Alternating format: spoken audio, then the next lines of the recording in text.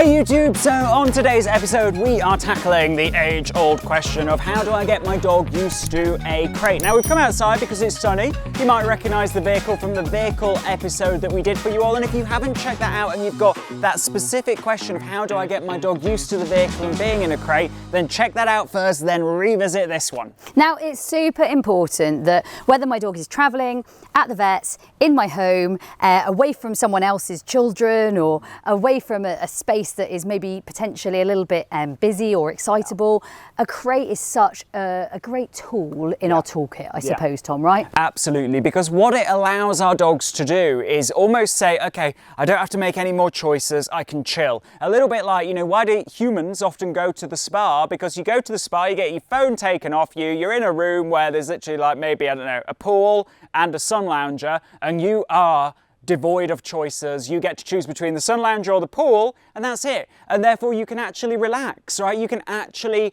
get calm. Now it's exactly the same for our dogs, except it doesn't look like a pool and a sun lounger. It looks like a crate, a puppy pen, or something similar. Now what we start to do is we start to look at where our dog's value is. So I've got some of my dog's food. I've got some dried food. I've got something she can chew on when I finish. I've got a mixture of things that I can use. And what I'm going to be doing in a second is I'm going to be bringing her out of the crate, but actually to try and put value back into the crate and to try and build a dog who wants to be in there. At first I'll use lots of movement, then I might get some control positions and effectively her holding her place, and then gradually from there what we'll start to see is how we can progress this and move this to the next level or the next stage effectively. Absolutely. The cool thing is that we are using that principle that a lot of the games are based on, that is that dogs will go where the value is. We have this pot of value that we start each day with, which is our dog's daily food allowance. We can decide where we spend that value. Each and every day your dog wakes up with a brand new pot of value. So if you didn't spend it right the day before, you can spend it better today.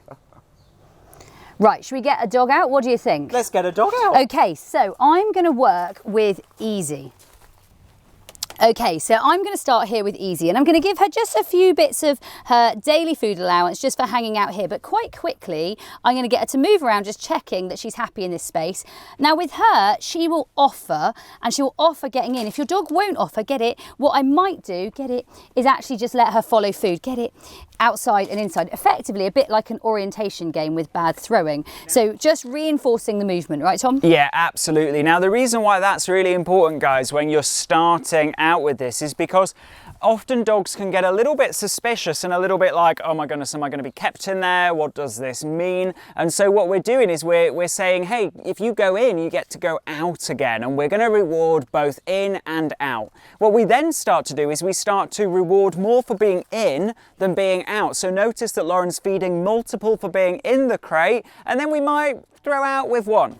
Nice, nice. Get it.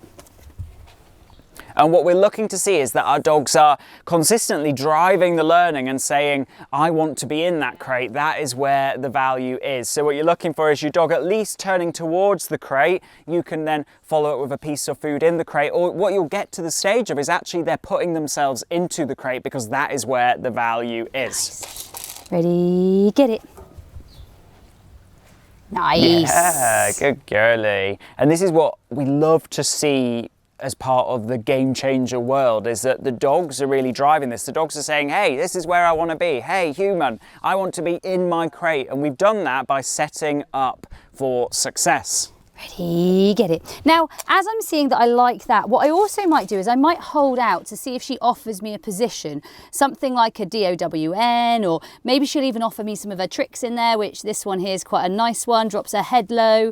Those for me are really good to add even more value to being in there, but also to practice a level of actually stillness and being in sort of one place for a second, and still get it, releasing her out to give her those effectively a balance break from being in one spot. I find that important, Tom, to add in like a level of actually I have reinforced stillness and I've reinforced a level of static position, because if not, I think if you don't add that in at this stage, you may end up with a dog who literally all they do want to do is in and out. Yeah. Actually, I do want to build a level of duration into this, and I'll be honest, I travel very frequently up and down the country and abroad. And for my dogs, it's such a cool space to travel in a vehicle, but equally if they're in the crate in the house, they're also very cool and calm and collected. So effectively you're teaching them that this sort of rest is enjoyable. Yeah, absolutely. Now what this transitions into is we then want to grow calmness in the crate. Now there's an entire YouTube episode on growing calmness, so check out the YouTube channel. If you haven't already subscribed to the YouTube channel, make sure to do so and check out our episode on calmness that you can then apply to the crate situation. Now what I've done is I've given Easy a slightly longer lasting chew there, so she's got something that's slightly longer lasting. It won't last long in Easy's world.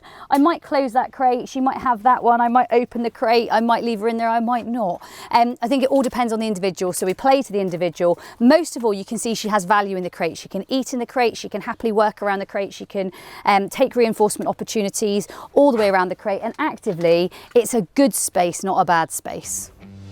Remember, game changers, whatever the dog owning struggle, there's a game for that. If you haven't already, remember to subscribe to our channel. And check out our new 25-day online dog training challenge. Watch the videos, play the games, transform your dog owning struggles. As a loyal YouTube subscriber, you can get a 70% discount through the link in the description below. And if you haven't already, subscribe to the #1 most transformational dog training podcast on iTunes and Spotify, the Sexier Than a Squirrel podcast. And remember to follow us on Facebook and Instagram for more live teaching, video content and free training using the links in the description.